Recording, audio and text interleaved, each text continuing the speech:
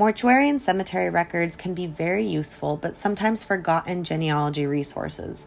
Some of these records are very detailed and shed a considerable amount of light on the life of your ancestor and possibly their family and community connections as well. You could locate missing family members or learn the original surname or town of origin of your ancestor, among many other possible discoveries. Cemetery records can be a great source to use in place of missing vital records, particularly when you're researching an ancestor who lived in a time and place when births and deaths were not formally recorded. It's actually not unusual for cemetery records to be the only existing record of an ancestor, and this can be especially true for women and children who died before 1850. A name engraved on a headstone may have been the first and only time that a woman or young child's name was ever recorded during the course of their life if they lived at a time when births and deaths weren't formally required and the census, if one was even taken, didn't list females and children by name. Gravestones might also provide the only recording of an original surname if your ancestor elected to alter or Americanize their last name. So while record keeping may have been sparse or even non-existent in those earlier days, cemeteries have been around for centuries, and sometimes the information that they reveal provides the only link from one ancestor to the next, providing the next necessary clue to keep you going and building your tree out even further. The history of burying the dead and cemeteries dates back to ancient times, when burial sites were considered sacred and often located near temples or other religious sites. In many cultures, burial sites were believed to be portals to the afterlife and were treated with great respect and reverence. Tombs were often elaborate and ornate in ancient Egypt and were designed to protect the deceased's body and possessions in the afterlife. In ancient Greece and Rome, the burial sites were often located outside the burial walls and were marked with simple stone markers or monuments. During the Middle Ages, burial sites were often located near churches or other religious sites and were marked with simple wooden crosses or stone markers. As Christianity became more widespread, burial practices became more standardized, and the church played an increasingly important role in regulating burial practices. In the 19th century, the rise of industrialization and urbanization led to the development of modern cemeteries. These cemeteries were often located on the outskirts of cities and were designed to be more sanitary and efficient than traditional burial sites. They featured organized rows of graves, well-manicured lawns, and elaborate monuments and statues. Cemeteries today continue to serve as an important site of commemoration and remembrance and play an important role in preserving the memory of the deceased. They're often designed to be peaceful and reflective spaces and are frequently used as sites for public memorials and commemorative events. The development of modern cemeteries also coincided with the rise of funeral homes and mortuaries, which provided professional services for preparing and burying the dead. These developments led to a more standardized and regulated approach to death and burial and paved the way for modern funeral practices. Prior to the 19th century, funeral services were typically conducted in the home of the deceased or in a church that was within 24 to 48 hours of the death. This changed when the practice of embalming became more widespread, becoming more common in the United States during the Civil War, a time when soldiers were dying far from home and required a lengthy transport home to their family members. The development of funeral homes during this time, not just in the United States, was driven by a number of factors, including the desire for more professional and standardized funeral services, the need for a dedicated space to perform embalming and other funeral preparations, the rise of urbanization, and the need for funeral services in more centralized locations.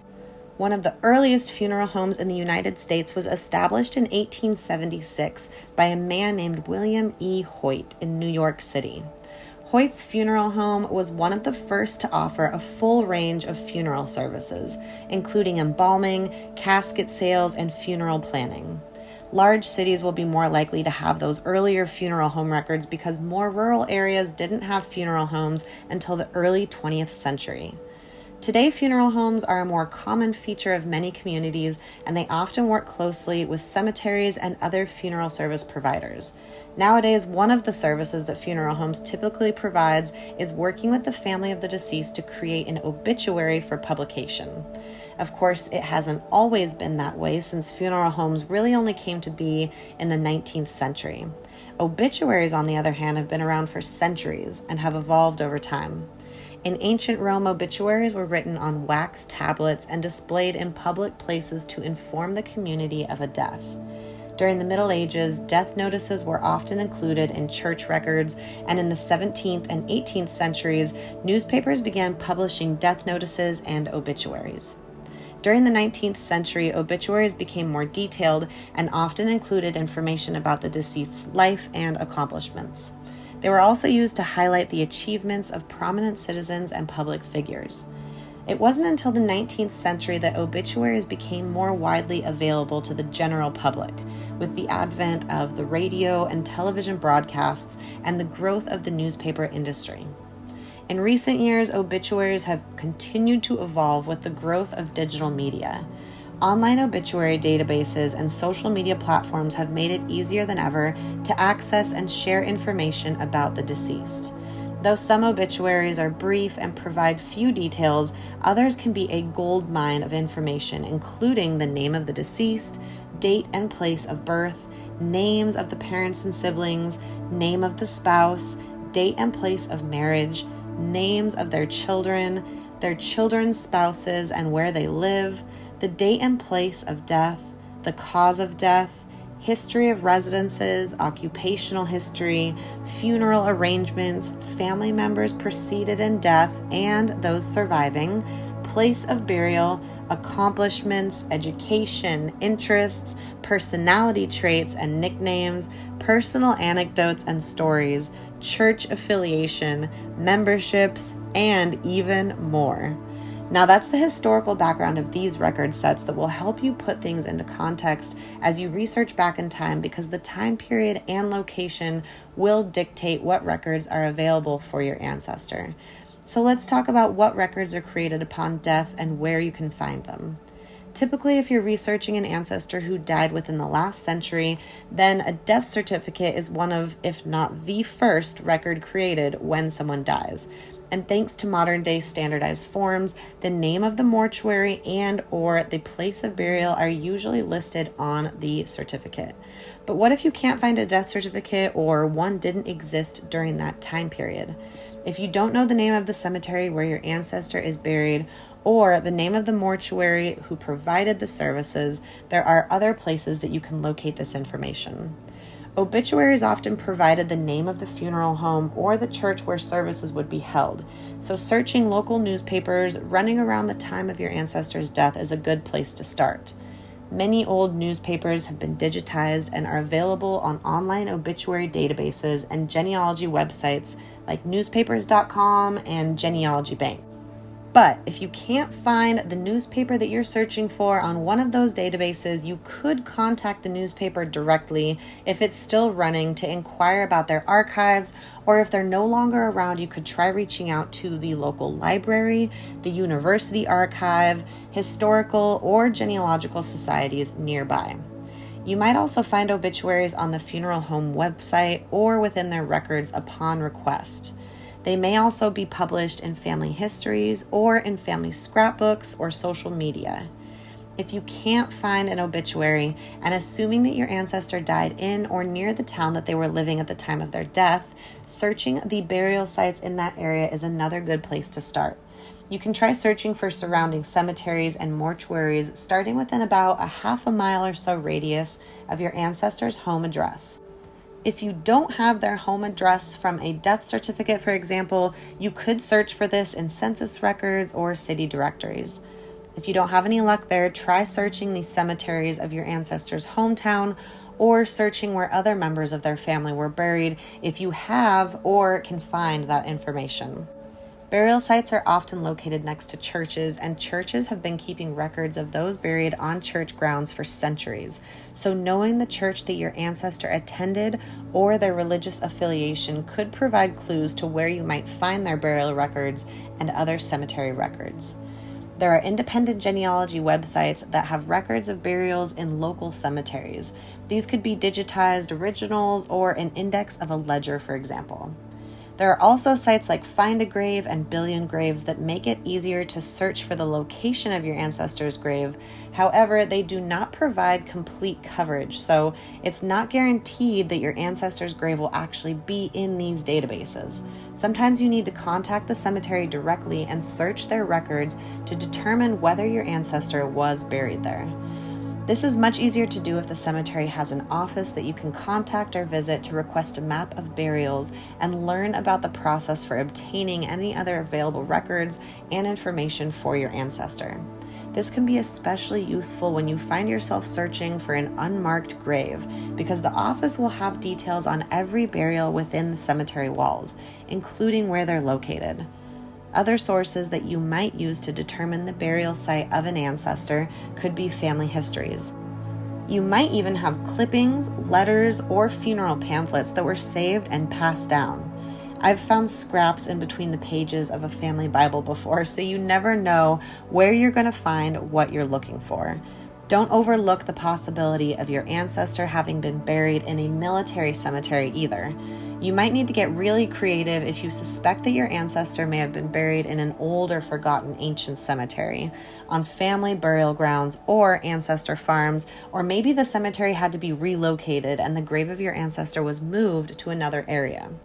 Resources that might be of use to you if you find yourself in any of these scenarios could be county maps available in local libraries, the county recorder's office, and historical societies to search for the existence of these old burial grounds. Local funeral homes who can provide locations for the forgotten cemeteries may also be useful, and local government offices as well if you find that the cemetery doesn't have an active office, in which case you can visit City Hall to inquire with the department that oversees the cemeteries and request the map of burials for a burial ground from them. The post office can also pinpoint former churches, funeral homes, and cemeteries, having a knowledge of the history of changing local street names. Searching land records and deeds might prove useful, and of course it couldn't hurt to pull up Google Maps or another map service to search for local cemeteries that are listed on there. If a cemetery was moved, this would have likely been a notable undertaking within the community that created a paper trail of its own, producing articles in newspapers, stories, and other records of the move that might be found in local libraries, historical societies, funeral homes, county histories, and city directories. There should be records available detailing the graves moved and providing details of their new location. The name of a cemetery or funeral home could also be listed on a church ledger or a pastor's list of funeral services and burials officiated. Once you've identified the name of the cemetery or mortuary that you're searching for, what do you do next? What type of records might you find at these locations, and what kind of information might you learn from them? It's a good idea to gather some background information about its history and the services that they offer, as well as contact information and visitation and records policies. This information can often be found at their website online or by contacting the facility directly. If it's possible, visit the cemetery in person to locate the grave of your ancestor. Not only does this provide you with a moment of connection, but you're able to take note of any inscriptions that are on the headstone or markers, including noting the surrounding graves, since these can provide clues to other family members that are buried in or near the same plot. Contact the entity that manages the cemetery ahead of time to determine the exact burial location of your ancestor, including whether it's marked or not, and if you choose to go visit, management can also give you directions to the location of the gravesite along with a map to navigate the grounds. Remember that if you discover that the cemetery or mortuary that serviced your ancestor has closed, that doesn't mean that you're out of luck. Just because it's no longer managed by a current entity, you may still be able to get burial records for it by going to the current repository at a local archive or historical society.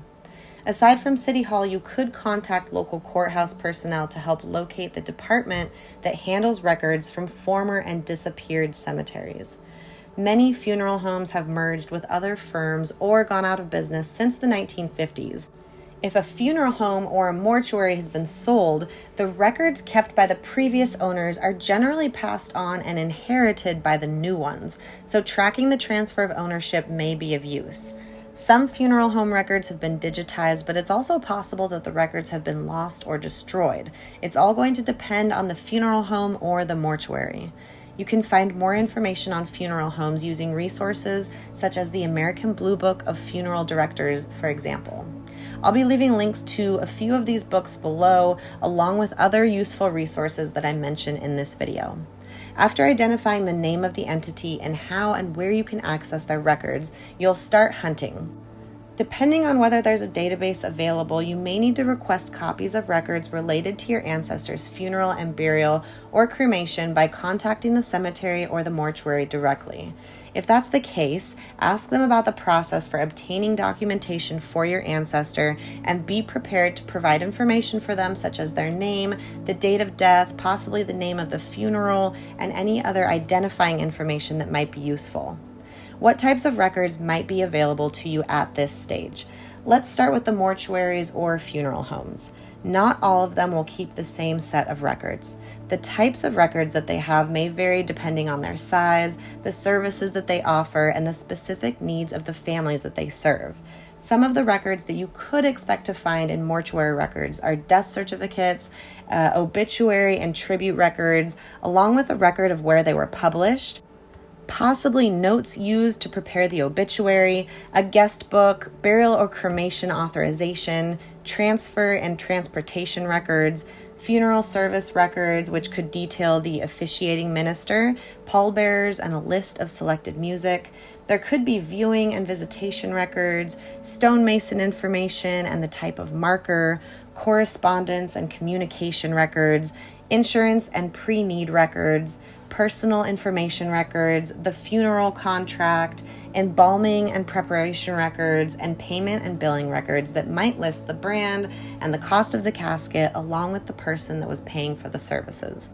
Some of the personal information that you might find about the deceased in these records are date and cause of death, age at death, date and place of birth, the place of origin, names of parents, maiden name, the address of the deceased, planned burial location and date, occupation, marital status, and sometimes marriage information, military or religious affiliations, memberships, gender, race, and more. Funeral records are private business records and they're not required to share information with you, so keep that in mind with the understanding that they're doing you a favor and you of course want to be courteous and considerate of what they're able to do for you when you're contacting them. That being said, you might not even need to contact the funeral home or mortuary. There are online record collections that are available. Some are free and some are available with subscriptions on sites like MyHeritage and Ancestry. There are also state and local collections as well, which include indexes from ledger books. Cemeteries can be operated by a funeral home, a church, or some other private company, a municipality, or a fraternal order, and the types of records that a cemetery holds will depend on the type of cemetery that it is. Is it a private cemetery, a commercial memorial park, a public cemetery, a church graveyard, a family cemetery, a government cemetery, a fraternal cemetery, an institutional cemetery? Cemeteries that are still managed by a city, a county, or a church will usually have records detailing who's buried there and where. The type of cemetery will also determine where the records are kept. So a county or a city cemetery will likely have their records in an archive that's accessible in person or from a government website, whereas church records might be kept in central church archives, or they could be in the homes of ministers and clerks. Other cemetery records that may be available are burial permit records, plat maps showing the actual layout of the cemetery grounds and graves, a plat register listing section names, location numbers, burial row numbers, and grave or plot numbers, plot records detailing the physical location of a specific grave, lot number, and a visual description of the plot. Also included in those can be the plot owner's name, a purchase date, the amount paid, the name of the interred, and the deed number. There may be sexton's records, which are basically a chronological registry of burials. There are church burial registers, recorded copies of cemetery deeds that were given to the owners of a plat and often compiled in a deed book. There can be grave opening and closing orders to dig for and bury the casket, for transfer of the body, or post-mortem exhumation. There may be deceased family histories, monument inscriptions, correspondence records, financial records, contracts and agreements, stone carver information, maintenance and repair records for the markers, and historical and cultural artifacts. When requesting and searching records, be sure to keep an eye out for family plots and obtain all of the information pertaining to those graves and the family members buried there as well. Again, keep in mind that the types of records a cemetery has may vary depending on their ownership, the size, the services that they offer, and the specific needs of the families they serve. And not all cemeteries will have these records available to you. As you conduct your research, document your findings carefully. Keep detailed notes, take photographs, and make copies of any relevant documents. You'll then analyze your findings and gain a better understanding of your ancestors' life and history. Look for patterns, connections, and discrepancies in the information that you collect. Compare the information that you find in mortuary records with the information from the cemetery records that you find. You'll use these discoveries to expand your research even further into other record sets, such as birth, marriage, and census records. Cemetery and mortuary records are worth looking into, especially if you've hit a brick wall during your research, so remember not to overlook them. We'll continue discussing vital records in the upcoming videos, but now you know that if there's ever a time when you can't seem to locate any formal birth, marriage, or death records for your ancestor, cemetery and mortuary records can prove to be incredibly valuable resources. There are still more death records to cover, so thanks for stopping by, and we'll cover more next time.